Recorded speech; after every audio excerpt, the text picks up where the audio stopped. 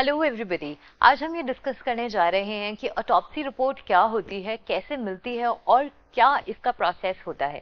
तो basically autopsy एक procedure होता है सर्जिकल, जिसमें एक डेजिग्नेटेड सर्जन ये अपॉइंटेड होता है काम करने के लिए कि एक डेड बॉडी को कट ओपन करके उसके ऑर्गन्स और उसके वाइटल्स को स्टडी किया जाता है, जिससे ये पता चल सके कि कॉज ऑफ डेथ क्या था, कब टाइम ऑफ डेथ था, कोई मैनर है क्या डेथ का, कोई इंजरी या कोई अलग सा ऐसा सर्कमस्टांस रहा हो, कोई रेमिनेंस है बॉडी में इस किसी भी चीज के, जिससे ये पता चल सके कि ये डेथ जो है वो कैसे हुई है।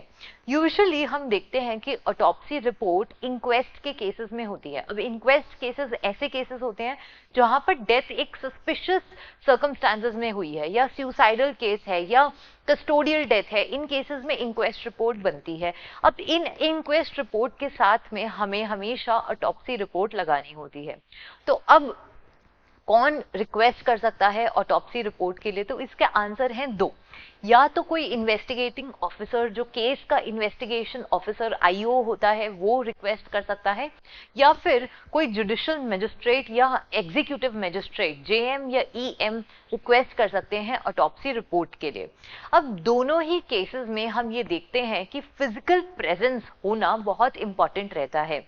तो अगर आपको प्रोसीजर में समझाऊं तो कुछ इस तरीके से प्रोसीजर दिखता है कि सबसे पहले एक इंक्वेस्ट रिपोर्ट और कुछ वैलिड डॉक्यूमेंट्स हमारे लगते हैं इंक्वेस्ट रिपोर्ट के साथ में, जो आईओ या जेएम या ईएम लेके जाते हैं डॉक्टर के पास में। डॉक्टर उन रिपोर्ट्स को स्टडी करता है, उन पर अप्रूव करता है कि हाँ ये डॉक्यूमेंट्स पूरे हैं।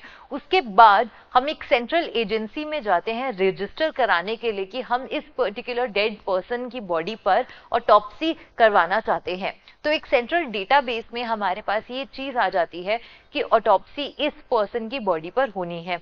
अगर ये बॉडी अनआइडेंटिफाइड है तो केस का नाम से हम रजिस्टर करा देते हैं कि इस केस में ये बॉडी हमें मिली, और so and so unidentified body पर भी हमने ऑटोप्सी की डिमांड करी है।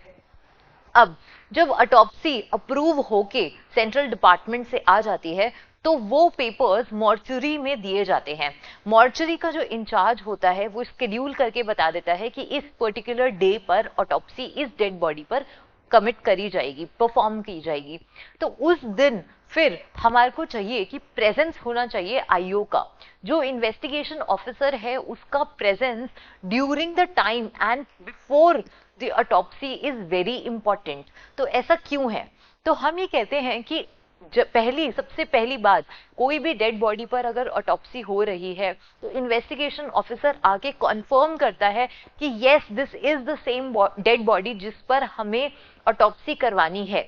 उस आईओ के साथ साथ में कम से कम 2 रिलेटिव्स भी आते हैं उस बॉडी को कंफर्म करने के लिए कि yes this is the body of the person जिस पर ऑटोप्सी परफॉर्म करी जाएगी।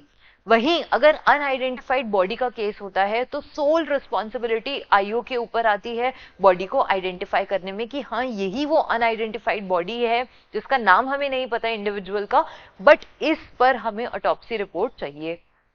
इसके बाद अगर हमने स्टार्टिंग में डिस्कस किया था कि अगर कोई जुडिशियल मैजिस्ट्रेट है या एग्जीक्यूटिव मैजिस्ट्रेट है, उन्होंने ऑटोप्सी की रिपोर्ट मंगवाई है, तो अगर वो खुद नहीं आ सकते तो वो किसी भी एएसआई को भेज सकते हैं, assistant sub inspector of police को भेज सकते हैं कि वो जाके और वेरीफाई करे बॉडी के स्टेटस को, और सारी रिपोर्ट्स जो लगानी है वो सारा काम एएसआई कर सकता है on the behalf of judicial magistrate. फिर ऑटोप्सी जब परफॉर्म करता है सर्जन, तो उस समय सर्जन के साथ में आईओ को रहना कंपलसरी होता है, क्योंकि आईओ जो है वो हिस्ट्री बताएगा ब्रीफ में कि क्या हुआ, कैसे बॉडी डिस्कवर हुई, साथ ही में अपने क्वेश्चंस भी बताएगा। और उसके साथ ही में अगर सर्जन कोई भी डिस्कवरी करते हैं from the body of the dead person, तो वो डिस्कवरी वाले आइटम्स हैंड ओवर करने होते हैं at the same moment to IO. तो ये सारे प्रोसेस के लिए आईओ का वहां प्रेजेंट होना कंपलसरी होता है। ऑटोप्सी कंप्लीट हो जाने के बाद में मॉर्चरी का जो ऑफिशियल इंचार्ज होता है वो फाइनली ऑटोप्सी की रिपोर्ट हैंड ओवर करता है आईओ को। इन्वेस्टिगेटिंग ऑफिसर जो है वो कॉन्फिडेंशियल रखता है इस रिपोर्ट को। ऑटोप्सी रिपोर्ट किसी भी इंडिविजुअल पे हो, चाहे वो आइडेंटिफाइड बॉडी हो या अनआइडेंटिफाइड बॉडी हो, वो रिपोर्ट हमेशा कॉन्फिडेंशियल रहती है।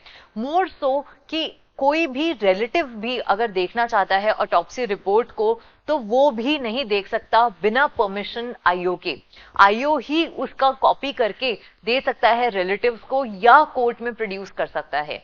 And that is it for autopsy report. Thank you.